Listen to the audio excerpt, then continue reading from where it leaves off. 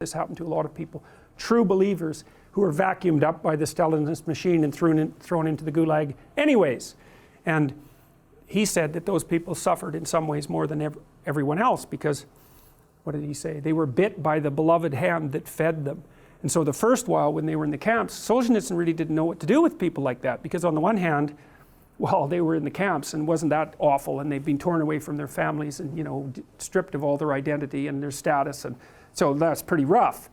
But on the other hand, they were writing letters protesting their innocence and assuming that everyone else in the camp was guilty, but they were innocent, and they were still strident believers in the communist process. And so, you know, it was a conundrum.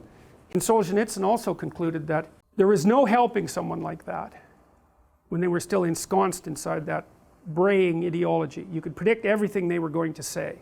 It's like someone had a crank. You could just crank it and out would come the proper ideological formulas. But then he realized that as soon as they, let's call it, repented of that and started to realize their own role in it or the error of the system, then he would start communicating with them, you know, as if they were people who you could communicate with. Yeah. So that was very interesting as far as I'm concerned. Anyways, this kid is still a little bit human. He starts to cry for his mom, and the coachman basically throws him back into the crate and says that he's not ready yet. And the reason for that is that he still had the power of independent speech.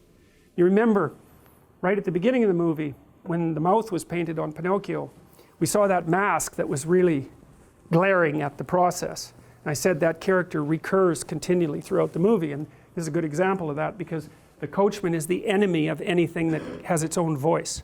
So he's the anti-Geppetto. That's a good way of thinking about it.